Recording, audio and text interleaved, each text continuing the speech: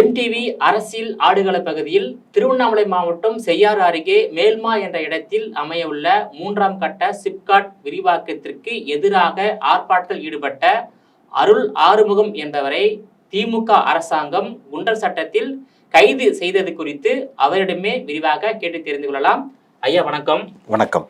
இப்போ சிப்காட் விரிவாக்கத்துக்கு எதிராக ஆர்ப்பாட்டத்தில் ஈடுபட்டதன் காரணமாக உங்களை திமுக அரசாங்கம் குண்டர் சட்டத்துல கைது செய்திருக்கு. இந்த கைதை நீங்க எப்படி பாக்குறீங்க சார்? அதாவது விவசாயிகள் தங்களுடைய வாழ்வாதாரத்தை இழக்கக்கூடாதுங்கிறதுக்காக முப்போகம் விளையக்கூடிய பூமியை இவங்க சிப்காட்டுக்கு எடுக்கிறாங்க. அதை கைவிட வலியுறுத்தி கிட்டத்தட்ட இன்னைக்கு நம்ம பேசிட்டு இருக்கிற நேரத்தில் 251வது நாள், நேற்று 250 நாட்கள் காத்திருப்பு போராட்டம் நடத்திட்டு இருக்கிறோம். இந்த திருவண்ணாமலை மாவட்டத்தில் பெரும்பான்மையான பகுதிகளில் தான் இன்னைக்கு விவசாயம் ரொம்ப அழகாக நடந்துட்டு இருக்குது. அதில் குறிப்பாக இந்த மேல்மா பகுதியில், இந்த பகுதியில் ஆற்று தண்ணி வேணும் எங்களுக்கு, இல்லை எங்களுக்கு டேம் திறந்து விடுங்கிற பிரச்சனைலாம் கிடையாது. மழை பெய்ஞ்சதுன்னா அந்த பகுதியில் இருக்கக்கூடிய அந்த குளம் குட்டைகள்லாம் நிறைஞ்சிடும். அந்த மாதிரி ஒரு செழுமையாக ரொம்ப தற்சார்பாக இருக்கக்கூடிய ஒரு இடத்த இவங்க சிப்காட்க்கு எடுக்கிறாங்க அப்படின்னு சொல்லி வரும்போது, அங்கே இருக்கக்கூடிய மக்கள் எங்கள் நிலத்தை சிப்காட்டுக்கு எடுக்காதீங்க அப்படின்னு சொல்லி இந்த போராட்டத்தை ஆரம்பிக்கிறோம். 125 நாட்கள் எங்களுடைய போராட்டம் தொடர்ந்து அமைதியான வழியில் நடந்துக்கிட்டு இருக்குது. இந்த போராட்டத்தை எப்படியாவது நசுக்கிட்டணும். இவர்கள் என்ன நினச்சாங்கன்னா, ஒரு 5 நாள் 10 நாளில் இந்த மக்கள் கலைஞ்சிருவாங்க அப்படின்னு நினச்சாங்க. ஆனால் எங்கள் போராட்டம் தொடர்ந்து வந்ததுனால பல்வேறு வழக்குகள், டிராக்டரில் போகலான்னு போவோம், எங்களை ஒரு சாலையில், ஒரு கூட்டு சாலையில் தடுத்து நிறுத்துவாங்க. நம்மளாம் ரோட்டில் நிற்போம் இல்லைங்களா, அங்கே ஒரு வழக்கு. நடந்து போவோம், நடந்து போனோம்னா நடந்து போனீங்க அப்படின்னு சொல்லி ஒரு வழக்கு. அப்படி என்னென்ன வாய்ப்புகள் கிடைக்குமோ தொடர்ச்சியாக பொய் வழக்குகளே இவங்க பதிஞ்சிருக்கிறாங்க. குறிப்பாக ஒரே ஒரு நாள் மட்டும் 5 வழக்குகள் அரை மணி நேரம் வித்தியாசத்தில் திருவண்ணாமலை மாவட்டம் அனக்காவூர் அப்படிங்கிற அந்த போலீஸ் ஸ்டேஷனில் வழக்கு பதிஞ்சிருக்கிறாங்க. இப்போ இவர்கள் முன்னாடியே திட்டமிட்டு இந்த போராடக்கூடிய மக்கள் மீது இந்த மாதிரி ஒரு குண்டர் சட்டம் வரைக்கும் போடணுங்கிறத பண்ணியிருக்கிறாங்க, திட்டமிட்டே பண்ணியிருக்கிறாங்க அப்படிங்கிறது தெரியுது. இந்த போராட்டம் குண்டர் தடுப்பு சட்டத்தின் கீழ் பண்ணும்போது, அடைக்கும்போது, இந்த போராட்டத்தை ஒடுக்கிறதோடு இல்லாமல் இனி யாரும் போராடிடக்கூடாது அப்படிங்கிற நோக்கத்தில் திமுக இந்த வேலையை செஞ்சுருக்குது. அது குறிப்பாக இதில் அந்த மாவட்டத்தினுடைய அமைச்சர் ஏவா வேலு அவர்கள் இதை தூண்டியதாக தான் நம்ம இந்த குண்டர் சட்டம் போடுறதுக்கு முக்கிய காரணமாக அமைஞ்சார் அப்படின்றதான் நம்மளால் சொல்ல முடியுது. காரணம் என்னன்னு பார்த்தீங்கன்னா, எங்களெல்லாம் கைது செஞ்ச பிறகு ஒரு செய்தியாளர் சந்திப்பு நடத்தும்போது அமைச்சர் அவர்கள் சொல்கிறாரு, நான் செய்தித்தாளை பார்த்து தான் தெரிஞ்சுக்கிட்டேன் இந்த குண்டர் சட்டம் போட்டது அப்படிங்கிறாரு. பரவாயில்ல, நீங்கள் அது அப்படி தெரிஞ்சுக்கிட்டீங்கன்னு இருக்கட்டும். அதுக்கப்புறம் அவர் சொல்கிறாரு, இந்த தூத்துக்குடி துப்பாக்கி சூட்டு நடந்த போது 10 பேர் கொல்லப்பட்டாங்க இல்லையா? அப்போ முன்னாள் முதலமைச்சர் எடப்பாடி பழனிசாமி அவர்களும் நானே டிவி தான் பார்த்து தான் தெரிஞ்சுக்கிட்டேன்னு சொல்லி தப்பிச்சாரு.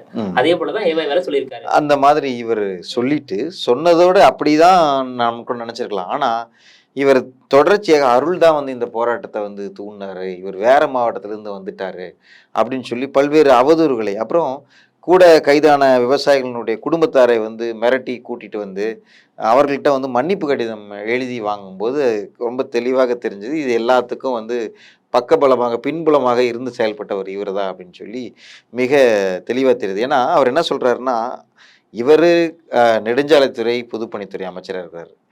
இவர் சிப்காட்டை வானத்தில் கட்டுவனா அப்படின்னு சொல்லி கேட்குறாரு. அப்போது இவருடைய செயல்பாடுகள் இது அனைத்தும் பார்க்கும்போது இந்த குண்டர் தடுப்பு சட்டத்தினுடைய அந்த போடுறதுக்கு பின்புலமாக இருந்து செயல்பட்டவர் அமைச்சர் ஏவா வேலு அவர்கள்ன்றது தெளிவாக தெரியுது. அதோடு மட்டும் இல்லை, அந்த எந்த பகுதியில் இந்த சிப்காட் வேண்டான்னு சொல்லி போராடிட்டு இருந்தோமோ அந்த இடத்துல வெவ்வேறு ஊர்கள்லேருந்து ஆட்களை திரட்டி கொண்டு 100க்கும் 200க்கும் ஆட்களை திரட்டி கொண்டு சிப்காட் வேணுன்ற போராட்டத்தை திமுகவே நடத்துது.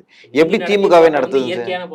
அவங்க நடத்து செயற்கையான போராட்டம். அவங்க அங்கே ஆமாம் சிப்காட் வேணும்னு போராடுறாங்க மக்கள் அப்படின்னு சொல்லி பிற மக்களை நம்ப வைக்கிறதுக்காக ஒரு நாடக போராட்டத்தை ஒன்று நடத்துகிறாங்க. ஆனால் இதில் என்ன விஷயம்னா, எப்படி திமுக நாங்கள் குற்றம் சாட்டுறோம்னா, திமுக கொடி கட்டிய ஒரு வாகனம் நிற்குது, அதுலேருந்து பதாகைகள் எடுத்து தராங்க, அதுலேருந்து பச்சை துண்டு எடுத்து தராங்க, அப்போ இது திமுக நடத்துகிற போராட்டம் இல்லாத யாரோடைய போராட்டமா தெரியும்? ஸோ தெளிவாக அந்த திமுக வந்து இந்த மாதிரியான வேலைகளை செஞ்சுது.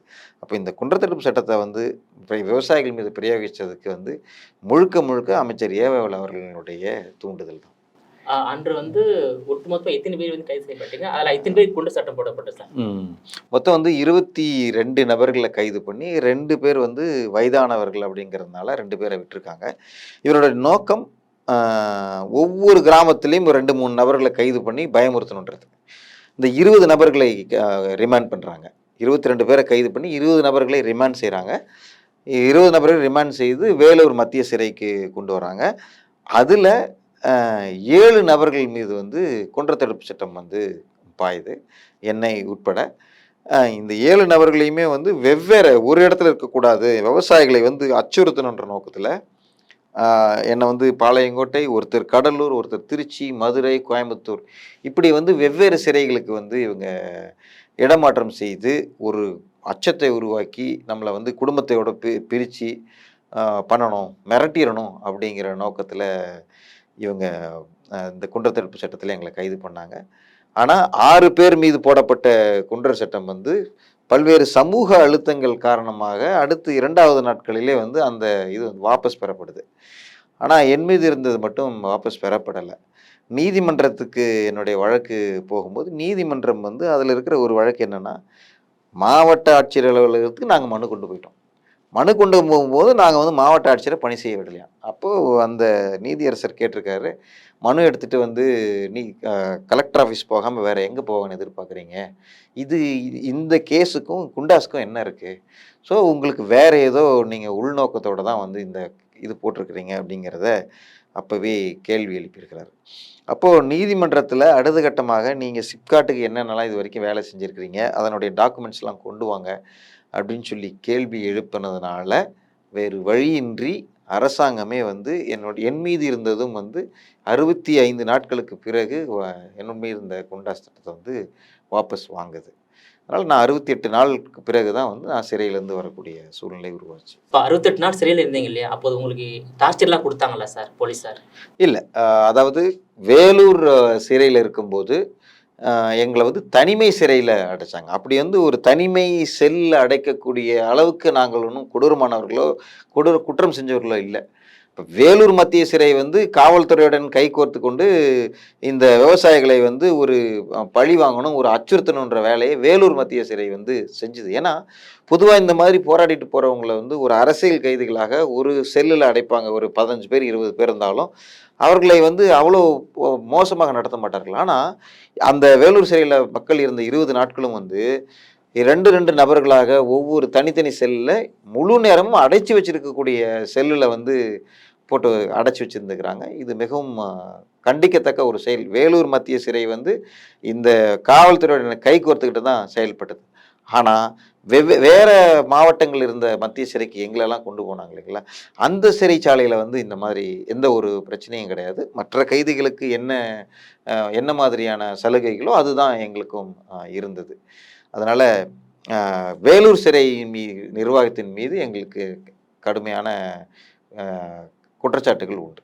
இப்போது அந்த மேல்மா என்ற இடத்துல விவசாயம் நடத்திய அவங்க மீது தான் குற்றச்சாட்டு போட்டாங்க. அதை தாண்டி தமிழ்நாட்டில் வேற யார் மீது குற்றச்சாட்டம் போட்டாங்களா சார்? ஆமாம், திமுகவுக்கு வந்து விவசாயிகள் மீது குற்றச்சட்டம் போடுறது பழகி போன ஒரு விஷயம் அப்படிங்கிற மாதிரி தான் நமக்கு சொல்ல தோணுது. ஏன்னா ஏற்கனவே வந்து ஒரு 6 மாதத்துக்கு முன்னாடி மதுரை திருமங்கலத்திலிருந்து ஒரு சாலை ஒன்று NH 744ன்னு சொல்லி அது வந்து கடந்த அதிமுக ஆட்சியிலே வந்து திட்டமிடப்பட்டு மக்களின் பல்வேறு போராட்டங்கள் நடத்திட்டு இருக்கும்போது அந்த போராட்டத்துக்கு திமுக ஆதரவு தெரிவிச்சிருந்தது. இப்போ இருக்க MP கனிமொழி அவர்களும் அங்கே போய் ஆதரவு தெரிவிச்சிருந்தாங்க. அந்த சூழலில் திமுக ஆட்சிக்கு வந்த பிறகும் வந்து அந்த சாலை போடக்கூடிய வேலைகளை தொடர்ந்து செஞ்சிட்டு இருந்தாங்க. அப்போ அதை எதிர்த்து போராடிட்டு இருந்த ஒரு விவசாயிகளில் ஒருவர் வந்து ஜெயராம் அப்படிங்கிற ஒருத்தர் மீது வந்து குற்றச்சட்டம் பாய்ந்து அவர் வந்து கிட்டத்தட்ட 60 நாட்கள் சிறையில் இருந்து தான் வந்து வெளியில் வந்தார். அதனால் போராடக்கூடிய மக்கள் மீது இவர்கள் வந்து குற்றத்தடுப்பு சட்டத்தை பாய்ச்சி அரச கொடுமைகளை பயங்கரவாதத்தை வந்து இவர்கள் மேலே பிரயோகிக்கிறாங்க. திமுக வந்து இந்த மாதிரி செய்யும் அப்படிங்கிறத யாரும் எதிர்பார்க்காதது. திமுக அதனுடைய பாதை விலகி மக்களுக்கு விரோதமான செயல்களில் போகுதுங்கிறதுக்கான ஒரு உதாரணங்களாக இதை பார்க்குறோம். அப்போது என் மீது போடப்பட்டதில்லை, இதுக்கு முன்னாடியும் விவசாயிகள் மீது குற்ற சட்டம் பாய்ச்சிருக்கிறது திமுக. இப்போ மேல்மா இந்த இடத்துல அந்த 3ஆம் கட்ட சிப்காட் விரிவாக்கத்திற்காக எவ்வளோ நிலம் கையகப்படுத்தப்பட உள்ளது, எவ்வளோ குடியிருப்பு பகுதி, எவ்வளோ மக்கள் வந்து பாதிக்கப்படுறாங்க? அந்த இடத்துல திட்டம் போட்டிருக்கிறது வந்து 3174 ஏக்கர் அப்படின்னு சொல்லியிருக்கிறாங்க, ரெக்கார்ட் எங்களுக்கு தெரிஞ்சபடி. அதில் வந்து கிட்டத்தட்ட 2800 ஏக்கர் வந்து முப்போகம் விளையக்கூடிய ஒரு இடம். முப்போகம் இப்பயும் மக்கள் அங்கே பயிர் செஞ்சுட்டு இருக்கக்கூடிய ஒரு இடம். அதனால் ஒரு இந்த 400 ஏக்கர் தான் வந்து முன்ன பின்ன அந்த கரடுகளாகவும் புறம்போக்கு இடங்கள் அந்த மாதிரியான இதுவாக வரும். அங்கே கிட்டத்தட்ட 11 கிராமங்கள் வந்து இந்த திட்டத்தில் வந்து பாதிக்கிறாங்க. அதில் ஒரு கிராமம் முழுமையாக அந்த கிராமத்தினுடைய அந்த அந்த மக்கள் குடியிருப்பு பகுதிகளையும் வந்து அப்புறப்படுத்துறதாக வந்து அந்த அவங்க கொடுத்துக்கிற அறிக்கையில் வந்து இருந்திருக்குது. கிட்டத்தட்ட வந்து நேரடியாக பாதிக்கக்கூடியது வந்து ஒரு 1500 குடும்பங்கள் வந்து நிலம் வைத்துக்கூடிய விவசாயிகள் வர்றதுக்கான இது இருக்குது. அதாவது ஒரு ஒரு ஆட்களுக்கு வந்து 2 ஏக்கர் 1.5 ஏக்கர் 3 ஏக்கர் முன்ன பின்ன அந்த மாதிரி இருக்குதுன்னு வச்சுக்கோங்களேன். அது இல்லாமல் அங்கே இருக்கக்கூடிய கூலி தொழிலாளிகளும் இதை நம்பி இருக்கக்கூடிய ஒரு 2000க்கு மேற்பட்ட அந்த கூலி தொழிலாளிகளும் வந்து அதில் பாதிக்கக்கூடிய சூழல் உருவாகிறது. அதனால தான் வந்து அங்கே வந்து சிப்காட் வேண்டாம் அப்படிங்கிற போராட்டம் நடந்துட்டு. 250 நாட்களை தாண்டி ஒரு 300வது நாட்களை நோக்கி தான் இந்த ஆர்ப்பாட்டம் நடைபெற்று வருகிறது. அரசாங்கம் திட்டத்தை கைவிடுவதாக அறிவிப்பு வரும்னு எதிர்பார்க்குறீங்களா, இல்லை உங்கள் போராட்டத்தை வந்து மேலும் மேலும் தீவிரப்படுத்துறதுக்கான முயற்சியில் ஈடுபட போறீங்களா? இது ஜனநாயக நாடு. இந்திய அரசியலமைப்பு சட்டம் மக்களுக்கு போராடக்கூடிய உரிமை கொடுத்துருக்குது. அரசியலமைப்பு சட்டத்திற்கு உட்பட்டு எங்களுடைய போராட்டம் நடக்குது. ஜனநாயக நாட்டில் மக்களுக்கு என்ன தேவையோ அதை செய்கிறது தான் அரசாங்கம். அரசாங்கம் நினைக்கிறத செய்கிறதுக்கு இது வந்து இந்த நாடு கிடையாது. ஆனால் இவர்கள் தொடர்ந்து அந்த மாதிரியான போக்கு, அதாவது மக்களாட்சிங்கிறதே மறந்து நாங்கள் சொல்கிறது தான் நீங்கள் செய்யணும்னு போகுது. நிச்சயமாக அதற்கு விவசாயிகள் வழிவிடப் போவதில்லை. எங்களுடைய கோரிக்கை செவி சாய்த்து இவர்கள் இந்த திட்டத்தை கைவிடணும். கைவிடவில்லை என்றால் எங்களுடைய போராட்டம் தொடர்ந்து கொண்டே இருக்கும்.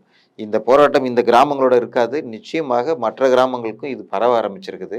மற்ற கிராம மக்களும் வந்து எங்கள் பகுதியிலும் சிப்காட்க்கு வந்து வர்றதுக்கான வாய்ப்புகள் இருக்குது அப்படிங்கிற அந்த நோக்கத்தில் வந்து அவர்களும் ஒரு அச்சப்பட ஆரம்பிச்சிருக்கிறாங்க. ஏன்னா ஏற்கனவே இப்போ சிப்காட் அறிவிச்சிருக்கிறதுக்கு ஒரு 12 13 பக்கத்தில் தான் ஒரு சிப்காட் 20 வருஷத்துக்கு முன்னாடி ஆரம்பித்தாங்க. அப்போ அந்த சிப்காட் இன்னைக்கு இங்கே விரிவுபடுத்துகிறாங்க. அப்போ நாளைக்கு இது நம்ம ஊருக்கு விரிவுபடுத்தப்படும் அப்படிங்கிற அச்சம் வந்து உங்களுக்கு பக்கத்தில் இருக்கக்கூடிய இப்போ இந்த 11 கிராமம் இல்லை, மீதி இருக்கக்கூடிய 20-30 கிராமங்களில் அந்த அச்சம் அந்த மக்களுக்கும் இருக்குது. அதனால் இந்த போராட்டம் இதோட நிற்காமல் இது வந்து இன்னும் பறந்து விரிந்து ஒரு மிகப்பெரிய அரசுக்கு வந்து ஒரு கெட்ட பெயரை ஏற்படுத்தக்கூடிய சூழல் உருவாகும். திமுக இதை உணர்ந்து ஈகோ பிரச்சனை இல்லாமல் எங்களுடைய பிரச்சனைக்கு செவிச்சாச்சு திட்டத்தை வேற இடத்துக்கு வச்சுக்கோங்க. விளையாத தரிசாக இருக்கக்கூடிய இடங்களில் நீங்கள் சிப்காட் அமைச்சிக்கோங்க. தென் மாவட்டங்களில் பல்வேறு இடங்களில் வந்து தரிசாக கிடக்குது. அந்த மாவட்டங்களில் கொண்டு போய் சிப்காட் வைங்க. தொடர்ச்சியாக இவர்கள் திருவண்ணாமலை மாவட்டத்தை இப்போ வந்து சென்னையில் எதுவும் இடம் இல்லை சிப்காட்டுக்கு. காஞ்சிபுரத்தில் 90% பக்கம் எடுத்துட்டாங்க சிப்காட்டுக்கு. இப்போ அடுத்ததாக இவர்கள் குறி வைக்கிறது வந்து திருவண்ணாமலை மாவட்டம் தானே. இது காஞ்சிபுரத்துக்கு அடுத்த மாவட்டம் இது. திருவண்ணாமலை மாவட்டத்தில் வந்து வெவ்வேறு பகுதிகளில் வந்து அதிகப்படியான இடங்களில் சிப்காட்டுக்கு எடுக்கிறதாக தகவல் வந்திருக்குது. இது மிகப்பெரிய ஒரு அராஜக செயலாக தான் பார்க்குறோம். ஏன்னா திருவண்ணாமலை மாவட்டத்தில் தான் பெரும்பான்மையான விவசாயங்கள் நடந்துட்டு இருக்குது. அந்த பகுதியில் வந்து நான் இந்த விவசாய நிலங்களை அழிச்சிட்டு வந்து சிப்காட்டுக்கு எடுப்போம் அப்படிங்கிறது வந்து கடுமையான கண்டனங்களுக்குரியது. இது மட்டும் இல்லை, சிப்காட்டுடைய வெப்சைட்டில் 40,000 ஏக்கர் விவசாய நிலங்கள்னு அதில் சொல்ல 40,000 ஏக்கர் நிலத்தை வந்து இவங்க சிப்காட்டுக்கு கையகப்படுத்த போவதாக அறிவிப்பு கொடுத்துருக்காங்க. அதை என்ன சொல்கிறாங்கன்னா, லேண்ட் பேங்க் நில வங்கின்னு சொல்லி ஒரு புதுசாக ஒரு திட்டத்தை உருவாக்கி இவர்கள் நிலத்தை எடுத்து அதில் வச்சுட்டு தேவை கெடுக்கல நிலத்தை பிடுங்கி அதில் வச்சுட்டு வெளிநாட்டு முதலீடுகள் நான் ஈர்க்கிறேங்கிற பேரில் வந்து இவர்கள் இந்த நிலங்களை எடுத்து வச்சுட்டு அதுக்கப்புறம் கம்பெனியை கொண்டு வர போகிறோம் அப்படிங்கிறாங்க. நாளுக்கு நாள் உணவுனுடைய தேவை அதிகரிச்சிட்டு இருக்கும்போது இது முழுமையான விவசாய பூமி நம்மளுடைய இடம். அப்போது அந்த இடங்களை இவர்கள் தொடர்ந்து அழிக்கக்கூடிய நோக்கத்தில் ஒரு பக்கம் வந்து விவசாயிகளுக்காக தனி பட்ஜெட் போடுறோம், நாங்கள் விவசாயிகள் நண்பன்னு சொல்லிக்கிட்டு இவர்கள் வந்து தொடர்ந்து விவசாய நிலங்களை குறி வச்சிட்ருக்குறாங்க. இல்லைனா திமுக ஒரு தெளிவான நிலைப்பாட்டுக்கு வந்துடணும். நாங்கள் வந்து விவசாயத்தெல்லாம் வளர்க்குறதுக்கெல்லாம் எண்ணம்லாம் எங்களுக்கு கிடையாது. எங்களுக்கு வந்து சிப்காட் தொழிற்சாலைகள் இருந்தால் போதும், நீங்கள் மக்கள் விவரம் தெரியாமல் விவசாயம் பண்ணிட்டு இருக்கிறீங்கன்னு அது வெளிப்படையான வெள்ளை அறிக்கை கொடுக்கட்டும் அவர்கள்.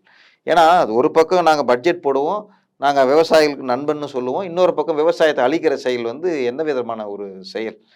இது வந்து வன்மையாக கண்டிக்கத்தக்கது. இவர்கள் வந்து இதே போக்கை கையாண்டால் நிச்சயமாக திமுகவுக்கு ஒரு மிகப்பெரிய ஒரு சவாலான சூழல் தான் இனி வரும் காலங்களில் இருக்கும். இப்ப மேல்மா ஆர்ப்பாட்டத்துக்கு இதுவரையில திமுகவை தவிர்த்து வேற எந்தெந்த கட்சிகள்லாம் ஆதரவு தெரிவிச்சிருக்காங்க? ஆதரவு தெரிவிச்சு உங்க போராட்டத்துல கலந்துகிட்டு இருக்காங்க? இப்போ ஆரம்பம் முதலே கலந்துக்கிட்டு இருக்கிறது நாம் தமிழர், அதுக்கப்புறம் பாட்டாளி மக்கள் கட்சி கலந்துக்கிறாங்க. இப்போ அதிமுகவும் வந்து கலந்துருக்கிறாங்க. அவங்க என்ன சொல்றாங்கன்னா, இந்த திட்டத்தை வந்து நாங்க முன்னாடி அ கையெழுத்திட்டோம். ஆனா, மக்கள் எதிர்க்கிறாங்கன்னும்போது இத நாங்க விட்டுட்டு தான் போயிருப்போம் அப்படின்ற இத இப்ப சொல்றாங்க. அதனால இப்போதைக்கு குறிப்பாக இந்த 3 தேமுதிகவும் வந்து கலந்துக்கிறாங்க. இந்த 4 கட்சிகள் தான் வந்து இந்த போராட்டத்துக்கு முழு ஆதரவு குடுத்து பண்ணிட்டு இருக்கிறாங்க இதுவரைக்கும். காவல்துறை உங்கள் மீதான தாக்குதல் நடத்துறாங்களா? இந்த 252 நாட்களை நோக்கி நடைபெற்று விட ஆர்ப்பாட்டத்துக்கு எந்த மாரி கெடுபிடிலாம் குடுக்குறாங்க காவல்துறை? காவல்துறை வந்து பார்த்தீங்கன்னா, இந்த 11 கிராமத்தையும் ஒரு திறந்தவெளி சிறைச்சாலை மாதிரி தான் இன்னைக்கும் ஒவ்வொரு கிராமத்திலயும் வந்து காவல்துறை தொடர்ந்து குவிச்சு வைக்கிறது. நாங்க வந்து அந்த கிராமத்திலே இருக்கிற வரைக்கும், அங்கேயே போராடுற வரைக்கும் இவர்களுக்கு எந்த பிரச்சனையும் இல்ல. நாங்க பக்கத்துல இருக்கக்கூடிய நகரம் செய்யாருக்கு நாங்கள் வந்து போனோம்னா தடுத்துருவாங்க. நாங்க சென்னைக்கு முதலமைச்சர் மனு கொடுக்க வரோம்னா தடுப்பாங்க. அப்போ எங்களை வந்து கிட்டத்தட்ட அந்த சிறைச்சாலை இதில தான் வச்சிருக்கிறாங்க. நாங்க 10 பேர் சேர்ந்து ஒரு பேருந்தில ஏறுறதுக்கு வந்தனாலும் எங்கள தடுக்கக்கூடிய அந்த மாதிரியான சூழல்ல தான் வந்து காவல்துறை செயல்பட்டுட்டு இருக்குது. இது காவல்துறை முழுக்க முழுக்க வந்து ஏவாவேலு அவர்களுடைய அந்த ஒரு கூலிப்படை மாரி தான் வந்து அந்த மாவட்டத்தினுடைய எஸ்பி கார்த்திகேயன் வந்து செயல்பட்டுட்டு இருக்கிறாரு. அதாவது எங்களோட அடிப்படை உரிமை. நாங்க வந்து ஒரு போராடுவது அடிப்படை ஒரு உரிமை. சிப்காட் ஆஃபீஸ்ல போய் நாங்க மனு குடுக்குறதுக்கு போறதுக்கு தயாரானோம்னா கூட, நாங்க டிராக்டர்ல போனோம்னா மோட்டார் வெஹிக்கிள் ஆக்ட் தடுக்குது. போக்கூடாது மோட்டார் வெஹிக்கிள் ஆக்ட்ன்னு சொல்றாங்க. நாங்க நடந்து போறோம்னா, நீ நடந்து போக்கூடாது. பஸ்ல போலாம், டவுன் பஸ்ல போலாம்னு நெனச்சுன்னா, டவுன் பஸ் வரவிடாம நிறுத்திர்றீங்க. நாங்க எப்படி போவோம்? இதுக்கு தான் காவல்துறை இவர் ஐபிஎஸ் படிச்சுட்டு வந்து இவருக்கெல்லாம் நம்ம மக்கள் வரி பணத்துல சம்பளம் வாங்கிட்டு இருக்கிறாரா? ஒரு கான்ஸ்டபிள் வேற யாராவது பண்றாங்கன்னா கூட அத ஏத்துக்கலாம். ஒரு ஐபிஎஸ் ஆஃபீசர் பண்ற வேலையா இது? ஒட்டுமொத்தமா காவல்துறையும் வந்து எங்கெங்கே 5 மாவட்டத்தினுடைய காவல்துறையை கொண்டு வந்து, இங்க ஆயிரக்கணக்கான காவலர்கள குவிச்சிடுறது. 100வது நாள் நாங்க ஏதாவது ஒண்ணு பண்ண போறோம் அப்படின்ற மாரி இருந்ததுன்னா, உடனே கொண்டு வந்து ஆயிரக்கணக்கான காவலர்கள இறக்கிறது. ஸோ தொடர்ந்து மக்களை அச்சுறுத்தக்கூடிய வேலை. ஒவ்வொரு கிராமத்துக்கும் 2 சிஐடிங்க தொடர்ச்சியாக சுத்திட்டே இருப்பாங்க. அப்ப இந்த மாதிரி சுத்திட்டு இருக்கும்போது மக்களுக்கு அச்சம் இல்லாம இருக்குங்களா? ஸோ தொடர்ந்து காவல்துறை மக்களை அச்சுறுத்தக்கூடிய வேலைகள வந்து இன்னைக்கும் செஞ்சுக்கிட்டே தான் இருக்குது. மாவட்ட ஆட்சித்தலைவர் என்ன சொல்றாரு சார்? மாவட்ட ஆட்சியரும் வந்து இதுக்கு முன்னாடி இருந்தவர் வந்து ஒரு துணை மாவட்ட செயலாளர் வேலை. திமுகவினுடைய துணை மாவட்ட செயலாளர் வேலையை ரொம்ப அழகா செஞ்சுட்டு இருந்தார். முருகேஷ் ஐஏஎஸ் அப்படிங்கிறவர். முருகேஷ் ஐஏஎஸ். அவர் வந்து நாங்க இந்த 23 எங்களுடைய இந்த 23ஆம் வருடம் ஜூலை 2ஆம் தேதி ஆரம்பிச்சோம் காத்திருப்பு போராட்டம். அதற்கு முன்பாக 1 வருஷத்துக்கு முன்னாடியே அவர்ட்ட போய் நாங்க மனு குடுத்தோம். இந்த மாதிரி வந்து இந்த இடங்கள் வந்து தரிசுன்னு சொல்லி நீங்க பேப்பர்ல வகைப்படுத்தியிருக்கிறீங்க. எங்க நிலம் எல்லாமே வந்து முப்போகம் விளையக்கூடிய இடம். அதனால இது தவறான வகைப்பாடு அப்படின்னு சொல்லி அவர்ட்ட மனு குடுக்கும்போது, அவரு நான் ஒரு குழு அனுப்புறேன். என்னன்றத நாங்க பார்க்குறோம் அப்படின்னு சொல்லி சொன்னாரு. அவர் எந்த குழுவும் அனுப்பல. அடுத்த வருஷம் பேப்பர்ல நோட்டிஃபிகேஷன் தான் தர்றாரு. அப்போ அதுக்கப்புறமா தொடர்ச்சியாக போராடும்போது, ஒரு மாவட்ட ஆட்சியர்ன்னும்போது, அந்த மாவட்டத்தில நடக்கக்கூடிய அனைத்து விஷயங்களையும் தலையிட வேண்டிய பொறுப்பு அவருக்கு இருக்குது. தன்னுடைய பொறுப்பை எதுவுமே அவர் செய்யல. மாறாக குண்டர் சட்டத்தில கையெழுத்து போடுறதுக்கு மட்டும் எங்கள கையெழுத்து போட்டாரு. நாங்க மாவட்ட ஆட்சியர் அலுவலகத்துக்கு வந்து மனு குடுக்க போறவங்களையும் எங்கள வெளியவே தடுத்து நிறுத்திட்டு, நீ வரக்கூடாது, நீ வரக்கூடாது. 1 ஆளா வரணும், 2 ஆளா வரணுன்றார். அவருக்கு மக்கள சந்திக்கிறதுக்கே பயம். அந்த மாதிரியான ஒரு ஒரு தன்னுடைய பதவி என்ன, தன்னுடைய படிப்பு என்ன அப்படின்னு தெரியாத ஒரு முதுகெலும்பற்ற ஒரு நபராகத்தான் வந்து நாங்க அந்த மாவட்ட ஆட்சியரையும், இந்த ஐபிஎஸ் ஆஃபீஸரையும் பார்க்குறோம்.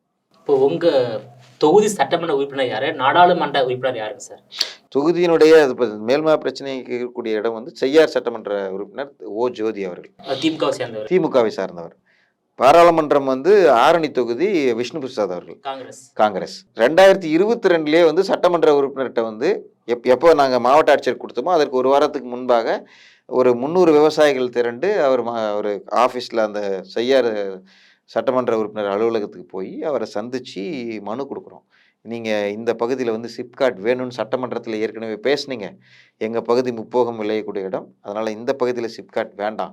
நீங்கள் வறட்சியான பகுதிகளுக்கு வேண்டும்னு சொல்லுங்கள் அப்படின்னு சொல்லி மனு கொடுத்தோம். அவர் எதுவுமே செய்யலை. எங்களுடைய காத்திருப்பு போராட்டம் இவங்க பேப்பரில் நோட்டிஃபிகேஷன் கொடுத்ததுக்கப்புறம் காத்திருப்பு போராட்டம் ஆரம்பிச்சது. இதை தொடர்ச்சியாக வந்து நம்ம பகுதியில் இருக்கக்கூடிய உறுப்பினர் பாராளுமன்ற உறுப்பினருக்கு அனுப்புவோம்னு சொல்லி அவருக்கு அனுப்பும்போது விஷ்ணு பிரசாத் அவர்களும் வந்து தொடர்ச்சியாக அவரை நாங்கள் சந்திக்கிறதுக்கான முயற்சிகள் எடுக்கும்போதும் அவர் வந்து அதுக்கான எந்த ஒரு இசைவும் கொடுக்கல. வந்து சந்திக்கிறதுக்கான இசைவே கொடுக்கல. தொடர்ச்சியாக அவரும் வந்து இங்கே மௌனம் சாதிச்சுக்கிட்டு வந்தார் அப்படிங்கிறது தான் சொல்ல முடியாது. இப்போ வந்து இந்த 7 பேர் மீது குண்டர் தடுப்பு சட்டம் பதியப்பட்டது. ஏன் உங்களுக்கு மேலே மட்டும் அந்த சட்டத்தை வந்து ரத்து செய்யாமல் 68 நாளோடு நீட்டிக்கப்பட்டதுக்கான காரணம் என்ன சார்? ஏவாவேலுக்கு அமைச்சர் ஏவாவேல் அவர்கள் வந்து அவருக்குன்னு ஒரு தனிப்பட்ட ஒரு காழ்ப்புணர்ச்சி இருந்திருக்குது அப்படின்னு தான் சொல்ல முடியும். ஆமாம். எப்படின்னா, நாங்கள் 8 வழிச்சாலைக்கு எதிராக சென்னை சேலம் 8 வழிச்சாலைக்கு எதிராக போராடிட்டு இருந்தேன். அமைச்சர் ஏவாவேலுக்கும் 8 வழிச்சாலைக்கும் என்ன அப்படின்னு கேட்டிங்கன்னா, திமுக தொடர்ந்து எங்களோட இருந்து 8 வழிச்சாலைக்கு எதிராக போராடும் பொழுது எல்லா அமைச்சர்களும் அந்த அமைச்சர் சென்ஸ் நான் இப்போ இருக்கக்கூடிய அமைச்சர்களாக இருந்தவங்களாம் அப்போ வந்து எங்களுடைய போராட்டங்களில் கலந்து எம்பிக்கள் இப்போ இருக்கக்கூடிய திமுகவினுடைய எம்பிக்கள் எல்லாருமே வந்து இந்த 8 வழிச்சாலைக்கு எதிரான போராட்டத்தில் கலந்துக்கும் போது திருவண்ணாமலை மாவட்டத்தில் இருக்கக்கூடிய எம்பி மட்டும் கலந்துக்க மாட்டார். ஏன் அப்படின்னு சொல்லி கேட்கும்போது எங்களுடைய கட்சியினுடைய தலைமை அப்போ கட்சியினுடைய தலைமை வந்து இங்கே இருக்கக்கூடிய அதாவது சென்னையில் இருக்கக்கூடிய ஸ்டாலின் மற்றவர்களா இல்லை வந்து அமைச்சர் ஏவா வேலுவா அப்படின்ற கேள்வி வருது. ஏன்னா திருவண்ணாமலை மாவட்டத்தில் இருக்கிற எம்பி மட்டும் கலந்துக்கல, கள்ளக்குறிச்சி எம்பி கலந்துக்கிறாரு, தருமபுரி எம்பி கலந்துக்கிறாரு, ஏன் விஷ்ணு பிரசாத் அவர்களும் அப்போ கலந்துக்கிறாரு. சேலத்தில் நடந்த கூட்டத்தில் இவர் கலந்துக்கல. அப்போது இவர் அமைச்சர் ஏவா வேலு அவர்கள் வந்து முன்பு ஆட்சிக்கு வருவதற்கு முன்பாகவே வந்து இவருக்கும் வந்து அந்த 8 வழி சாலைக்கு வந்து உடன்பட்டுதான் இருந்திருக்குது. ஏன் எப்படி அதை சொல்கிறேன்னா, திமுக ஆட்சி அமைச்ச உடனே வந்து தொடர்ச்சியாக 8 வழிச்சாலைக்கு ஆதரவாக பேச ஆரம்பித்தார். அப்போ பல்வேறு தரப்பினரிலிருந்து வந்த அழுத்தங்களும் மக்கள் எங்களுடைய திரும்பியும் நாங்கள் செய்த போராட்டங்கள் காரணமாக தான் அதை பற்றி பேசாமல் நிறுத்தினார். அப்போது இவர் வந்து அதில் வந்து அவருக்கு ஒரு தனி ஆர்வம் இருந்து அந்த திட்டத்தை நிறுத்தத்துக்கு காரணமாக இருந்துட்டோம். இதுவும் தன்னுடைய மாவட்டத்தில் வந்து தனக்கு ஏதாவது இதில் ஆதாயம் இருக்குன்றதுனால தான் அவர் இந்த அளவுக்கு வந்து காழ்ப்புணர்ச்சியோட செயல்பட்டு என்னை மட்டும் தனிமைப்படுத்தக்கூடிய வேலையை வந்து அவர் ஒரு மீடியாவை கூப்பிட்டு அருள் தான் வந்து இந்த போராட்டத்தை தூண்டினார், என் பையனை தூண்டினார் அப்படின்னு சொல்லி ஒரு விவசாயியை மிரட்டி பேச வச்சிருக்கிறார். அப்படின்றதுனால அமைச்சர் ஏவாவேலு தான் இதுக்கு முழு பின்னணி அப்படிங்கிறது தெளிவாகிறது. இப்போ இந்த அதிமுக அரசாங்கம் இருந்தபோது சேலம் 8 வழிச்சாலை கொண்டு வரப்பட்டது. அந்த சேலம் 8 வழிச்சாலைக்கு விவசாயிகள், சமூக ஆர்வலர்கள், பல்வேறு அரசியல் கட்சிகள் வந்து எதிர்ப்பு தெரிவித்தாங்க. அந்த ஆர்ப்பாட்டத்தில் நீங்களும் கலந்துக்கிட்டீங்க, தற்போதைய முதல்வர் மு.க. ஸ்டாலின் அவர்களும் கலந்துட்டாங்க. ஒரே மேடையில் கலந்துக்கிட்டு சேலம் 8 வழிச்சாலைக்கு எதிராக ஆர்ப்பாட்டம் பண்ணீங்க. ஆனால் அதே அரசாங்கம் உங்களை வந்து கைது செய்திருக்கு. இதை எப்படி பார்க்குறீங்க சார்? அப்போது அதே அரசாங்கம் கைது பண்ணியிருக்கும்போது திமுக வந்து இரட்டை நிலைப்பாடு வச்சுட்டு இருக்குதா அப்படிங்கிற கேள்வி வருது. நாங்கள் ஒரு கிட்டத்தட்ட ஒரு 200 நாட்கள் வரைக்கும் வந்து என்ன நினச்சிட்டு இருந்தோம்னா, முதலமைச்சர் ஸ்டாலின் அவர்களுக்கு வந்து இந்த குண்டர் சட்டத்தில் பற்றி தெரியாமல் இருந்திருக்கும், இங்கே மாவட்ட அளவிலே வந்து எல்லாமே மறைச்சிருப்பாங்க அப்படிங்கிற மாதிரியான கோணத்திலலாம் கூட நாங்கள் யோசித்தோம். ஏன்னா இவர் வந்து ஏற்கனவே விவசாயிகளுக்கு ஆதரவாக வந்து முதலமைச்சர் ஸ்டாலின் அவர்கள் வந்து எதிர்கட்சி தலைவராக இருந்தபோது போராடினாரே அப்படின்னு சொல்லிட்டு ஒரே மேடையில் நாங்கள் பகிர்ந்துக்கிட்டோம்னா, பெருந்துறையில் வந்து அனைத்து போராடக்கூடிய இயக்கங்களும் விவசாய சங்கங்களும் சேர்த்து ஒரு மாநாடு நடத்துது. அந்த மாநாடு வந்து இந்த 2021 தேர்தலுக்கு சட்டமன்ற தேர்தலுக்கு முன்பாக நடத்தப்பட்ட மாநாடு. அந்த மாநாட்டில் 8 வழிச்சாலை எதிர்ப்பு இயக்கம் சார்பாக நான் கலந்துக்கிறேன். அதில் வந்து எதிர்க்கட்சி தலைவராக இருந்த ஸ்டாலின் அவர்கள் வந்து கலந்துக்கிறாரு. அப்போ எல்லா விவசாய சங்கங்களும் கலந்துக்குது. அதுதான் வந்து ஒரே மேடையில் நாங்கள் பகிர்ந்துக்கிட்டது. அப்போது வந்து அந்த மேடையில் அவர் சொல்கிறாரு, நாங்கள் விவசாயிகளுக்கு பாதகமான எந்த திட்டங்களையும் வந்து கொண்டாட மாட்டோம், விவசாய நிலங்களை வேறு பயன்பாட்டிற்கு நாங்கள் பயன்படுத்துவதற்கான திட்டங்களை செயல்படுத்த மாட்டோம், அப்படி ஒரு சூழ்நிலை ஏற்பட்டால் நாங்கள் வந்து விவசாயிகளினுடைய பிரதிநிதிகளினுடைய வந்து நாங்கள் அழைத்து பேசி தீர்வு காண்போம் அப்படின்னு சொல்லி அவ்வளோ அழகாக சொல்லி எல்லாம் செஞ்சுட்டு இன்னைக்கு ஆட்சி வந்த பிறகு வந்த பிறகு எங்களுடைய பிரச்சனை வந்து நாங்கள் போராடுறோம். போராடுறதுக்கு யாராவது பேச்சுவார்த்தைக்கு வந்து ஒன்று மாவட்ட ஆட்சியர் வந்திருக்கணும், மாவட்ட ஆட்சியர் வரல, இல்லை அந்த மாவட்டத்தில் இருக்கக்கூடிய அமைச்சர் வந்திருக்கணும், வரல. இவர்களுக்கு வந்து தெரியாதுன்னு சொல்லக்கூடாது. இவர்கள் அனைவருக்கும் மாவட்ட அமைச்சருக்கும் நாங்கள் போய் மனு கொடுக்குறோம். நீங்கள் வந்து இந்த பிரச்சனையை வந்து நீங்கள் பேசுங்க அப்படின்னு சொல்லி. ஆனால் யாரும் பண்ணல. கடைசியாக கடந்த 10 நாட்களுக்கு முன்பாக சென்னைக்கு நாங்கள் தலைமை செயலகத்துக்கு மனு கொடுக்க வர்றதுக்கு வரும்போதும் காவல்துறை எங்களை தடுத்து நிறுத்துது. சரி, திருவண்ணாமலை மாவட்ட காவல்துறை தான் வந்து தடுத்து நிறுத்துது அப்படின்னு சொல்லி அங்கேருந்து ஒரு குறிப்பிட்ட விவசாயிகள் மட்டும் திரண்டு சென்னைக்கு வரும்போது சென்னையிலையும் எங்களை வலை வீசி தேடுறாங்க. நாங்கள் இறங்கும் போதே எங்களை கைது பண்ணுது காவல்துறை. அப்போது இது முதலமைச்சர் ஸ்டாலின் அவர்களுக்கு தெரியாமல் நடக்குது அப்படின்னு நம்ம சொல்லவே முடியாது. அவரும் இதில் வந்து கள்ள மௌனம் சாதிச்சுக்கிட்டு ரெட்டை வேஷம் போட்டிருக்கிறாரோ அப்படிங்கிற சந்தேகம் நமக்கு வருதுங்க. அடுத்ததா வந்து எதிர்க்கட்சி தலைவரை சந்திச்சு உங்க கோரிக்கையை முறையிட வாய்ப்பு இருக்குங்களா சார்? எதிர்க்கட்சி தலைவர் வந்து ஏற்கனவே அறிவிப்பு கொடுத்துருக்கிறாரு. அவங்க அதிமுக வந்து தொடர்ச்சியாக நம்மளோட நிற்போம் அப்படிங்கிறத சொல்லியிருக்கிறாங்க. அடுத்தது நாங்கள் நிச்சயமாக எல்லா கட்சியை சார்ந்தவர்களுக்கும் வந்து இந்த சிப்காட் சம்பந்தமாக விவசாய நிலங்களை வந்து நீங்கள் வேறு பயன்பாட்டுக்கு எடுக்கக்கூடாது, மாற்றக்கூடாது அப்படிங்கிற கோரிக்கையை வச்சு நாங்கள் எல்லா கட்சி தலைவர்களுக்குமே ஒரு மனு கொடுக்க தான் போகிறோம், எதிர்க்கட்சி தலைவர் உட்பட. இப்போ வந்து 250 நாட்களை தாண்டி ஒரு ஆர்ப்பாட்டம் நடந்துட்டு இருக்கு. இந்த 250 நாட்களாக உங்க ஆர்ப்பாட்டம் எந்தெந்த வடிவத்துல அரசுக்கு எதிராக நடத்திட்டு வரீங்க? இது அரசுக்கு எதிராகங்கிற வார்த்தையே வரக்கூடாதுங்க. விவசாயிகளுக்கு ஆதரவாக அரசிடம் கோரிக்கை வைக்கிறோம். அரசிடம் கோரிக்கை வைத்து எங்களுடைய ஜனநாயக உரிமைப்படி நாங்கள் வந்து போராடுறோம். நாங்கள் ஒரு தனியார் இடத்துல வந்து ஒரு கொட்டகை அமைச்சு அந்த கொட்டகையில் வந்து நாங்கள் தொடர்ச்சியாக மக்கள் விவசாயம் முடிக்கிறவங்க இப்போ வந்து எல்லா நேரத்துலையும் 200 மக்கள் அங்கே உட்காந்துட்டு இருக்க முடியாது. ஆனால் ஒரு நாளைக்கு வந்து ஒரு 100 நபர்கள் வந்து அந்த இடத்துக்கு வந்துட்டு ஒரு அரை மணி நேரம் 1 மணி நேரம் இருந்துட்டு தொடர்ச்சியாக அந்த காத்திருப்பு போராட்டம் அப்படியே அந்த பந்தலில் வந்து எப்பவுமே மக்கள் இருந்துக்கிட்டு இருக்கிற மாதிரியான சூழலில் தான் இருந்துக்கிட்டு இருக்குது. அதனால் நாங்கள் அரசுக்கு எதிராக நடத்தலை, ஜனநாயகத்திற்குட்பட்டு ஜனநாயக வழியில் எங்களுடைய கோரிக்கையை வைத்து எங்களுடைய காத்திருப்பு போராட்டம் நடந்துகிட்டு இருக்குது. நீதிமன்றத்தை அணுகலாம் இல்லையா? நீதிமன்றத்தை அணுகுவதற்கான முகாந்திரம் அதில் பெருசாக கிடையாது. காரணம் என்னென்னா, இவர்கள் வந்து 1997 தொழிற்சாலைகளுக்காக நிலம் கிடைக்கப்படுத்துறதுக்கு ஒரு சட்டம் வச்சுருக்கிறாங்க. அந்த சட்டத்தின் அடிப்படையில் இவர்கள் நாங்கள் நிலத்தை எடுக்கிறேன்னு சொல்லி சொல்கிறாங்க. அப்போ நீதிமன்றம் போகும்போது நீதிமன்றம் வந்து இவர்கள் சட்டத்தை பின்பற்றலை, வேறு ஏதாவது பண்ணாங்க அப்படின்னா நீதிமன்றம் வந்து அதில் தலையிட முடியும். அதனால் எங்களுக்கு வந்து நீதிமன்றம் போகிறதுக்கான அச்சம் இருக்குது. நாங்கள் தொடர்ந்து போராடி எங்களுடைய கோரிக்கைகளை வச்சு நாங்கள் ஜெயிப்போம் அப்படிங்கிற நம்பிக்கை இருக்குது. இப்போ தமிழ்நாட்டில் விவசாயிகள் நடத்தும் போராட்டத்தை தமிழக அரசாங்கம் எப்படி அணுகுது? டெல்லியில் மத்திய அரசுக்கு எதிராக நடைபெறும் போராட்டத்தை பாஜக அரசாங்கம் எப்படி அணுகுது சார்? இப்போது கடந்த 2020 பார்த்தீங்கன்னா 3 கருப்பு வேளாண் சட்டங்களை எதிர்த்து கிட்டத்தட்ட 1 வருஷம் போராடின விவசாயிகளை வந்து பாஜக அரசு வந்து எப்படி பல்வேறு வடிவங்களில் வந்து பல பொய் வழக்குகள் போட்டுச்சு, எல்லாம் பண்ணுச்சு. ஆனால் அவங்க குற்ற சட்டம் போடல. இப்போ துப்பாக்கி சூடு நடத்திக்கிட்டு இருக்குது. அந்த அளவுக்கு வந்து நடத்திட்டு இருக்குது. இவங்க வந்து துப்பாக்கி சூடு நடத்தலையே தவிர ஆனால் வந்து அதுக்கு சமமான எல்லா வேலைகளையும் இங்கே பண்ணிட்டு இருக்கிற மாதிரி தான் திமுக அரசு தமிழகத்தில் விவசாயிகள் போராட்டத்தை ஒடுக்குவதற்கு எங்கெங்கெல்லாம் வாய்ப்பு கொடுக்குது அங்கே குற்ற சட்டம் பயன்படுத்தக்கூடிய வேலைகளை வந்து செஞ்சுக்கிட்டு இருக்குது. பரந்தூர் விமான நிலையமாக இருக்கட்டும், இல்லை மேல்மா சிப்காட் பிரச்சனையாக இருக்கட்டும், NH 744 மதுரை திருமங்கலத்தில் ஆரம்பிக்கக்கூடிய ஒரு சாலை இதுவாக இருக்கட்டும், மக்கள் எங்களுடைய விளைநிலங்களை நீங்கள் பாழ்படுத்தாதீங்கன்னு சொல்லி பேசும்போது அரசுக்கு ஏன் வந்து இதை செவிசாய்க்கக்கூடிய எண்ணம் இல்லாமல் தொடர்ச்சியாக வழக்குகளை பதிவு பண்ணி மிரட்டக்கூடிய வேலைகளே வந்து இவங்க செஞ்சுட்டு இருக்கிறாங்க. அப்படி பார்க்கும்போது மத்தியில் பாஜக செய்து கொண்டிருப்பதும் இங்கே திமுக வந்து விவசாயிகளுக்கு எதிராக செய்து கொண்டிருப்பதும் எல்லளவும் மாறுபாடே நமக்கு தெரியல, வித்தியாசமே தெரியல. ரெண்டும் ஒன்று தான். இப்போ வந்து சேலம் எட்டு சாலைக்கு எதிராக உங்கள் தலைமையில் நடைபெற்ற ஆர்ப்பாட்டம் வெற்றி பெற்றுள்ளது. அதே போல் மேல்மாவில் நடைபெற்றும் ஆர்ப்பாட்டமும் வெற்றி பெறும் நம்பிக்கை உங்களுக்கு இருக்கா சார்? 100% எங்களுக்கு நம்பிக்கை இருக்கிறது.